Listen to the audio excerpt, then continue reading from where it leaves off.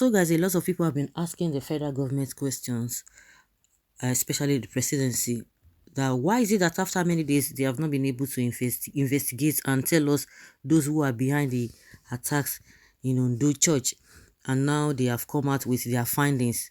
Usually the Boko Haram usually take responsibility, or you call them ISWAP, they are the same. But the government is telling us now that the Islamic State West African province, that they are the ones behind, responsible for the attack on St. Francis Catholic Church, ŁŁ1ÑGS, Ondo State, according to the presidency. The Minister of Interior, Rauf Aregbesola, disclosed this on Thursday while briefing State House correspondents after the National Security Council meeting in Abuja.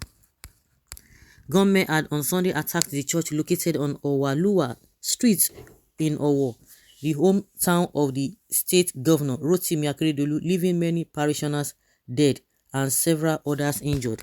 Aregbesola said that security agencies, particularly the police, had been directed to apprehend the terrorists. The minister equally noted that the attack had no ethnic religious connection, as he asserted ISWAP activities was unrelated to any religious doctrines.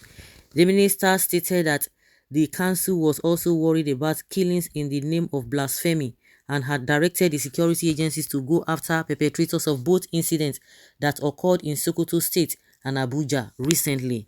He added that enough security measures have been put in place ahead of the Ekiti State gubernatorial election taking place on June 18, 2022. Really? So close.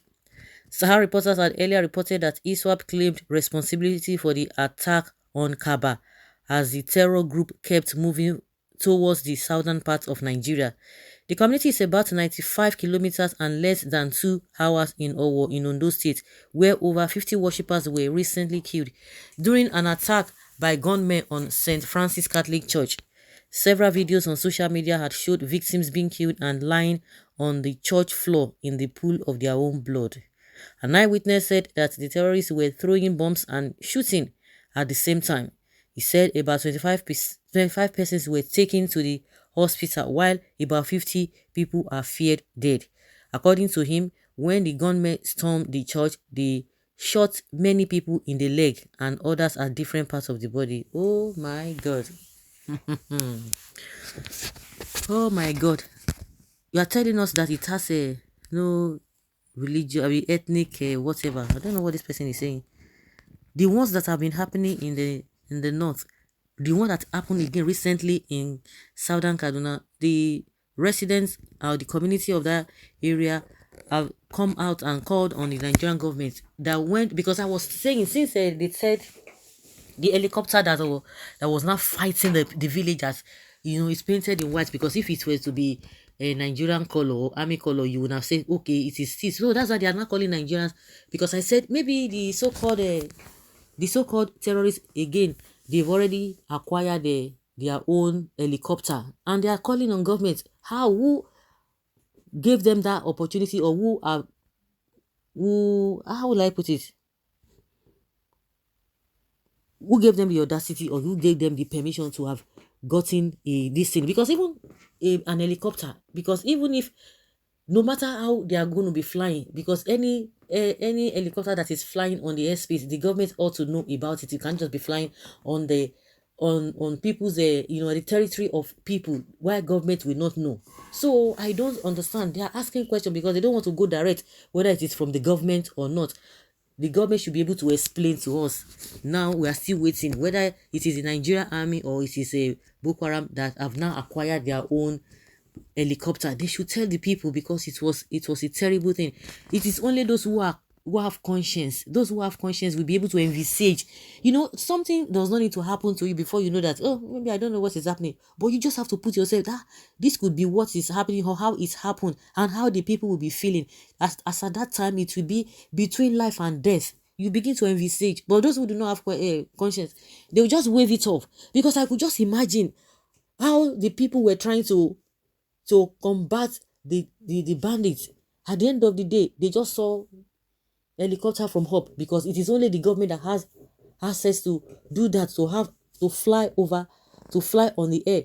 And they were so happy that, oh, the government has come to their rescue. Unknown to them, the helicopter started facing the residents, the community people, helping the so-called bandits to fight them. They had to scam for safety. It's unfortunate. So the same thing now. Now, maybe because people have been calling on the government that you have to do something. You have to say something. You have to investigate. And that is why they are not telling us that, oh, it is a ISWAP, which is Boko Haram.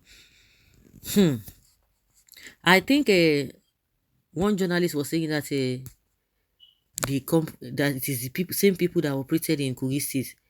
Up to today, those ones just claim, the ISWAP just claim responsibility, but these ones have not claimed responsibility, but the government is on their behalf claiming responsibility that they are the ones behind the attack. And were they able, or have they been able to find out or fish out those terrorists that operated in Kogi State? Till today, nobody's hearing anything. Now they are telling us that just to make it not to look like it is a religious thing. That's why I think that's why the government is quick to come up with that, because it happened in Kogi and those people claim responsibility. Did they go after them? They didn't go after them. They didn't go after them. You think the delegates don't know? They don't care about the citizens as long as they get the ego in their pockets. This agenda is to favor Atiku at the end of the day. Peter Obi will share his vote with Atiku and the North wins again. That is the game plan right now. Life's irony comes in really funny ways. The way Tinubu is holding that flag with his shaky Parkinson hands is the same way he will hold Nigeria if he's voted in. God forbid it shall. It won't be long before his administration will be taken over by the cabals. When a man is physically unfit, he is otherwise mentally and inadvertently handicapped. Well, what is left of Nigeria is but chaff. It's sad to discuss Atiku and Tinubu's candidacy in 2022, where imminent change to Nigeria's structure is required. If we end up with either of them, Buhari's tenure may be so much missed as a better worse moment of leadership. It's just unfortunate. Really unfortunate.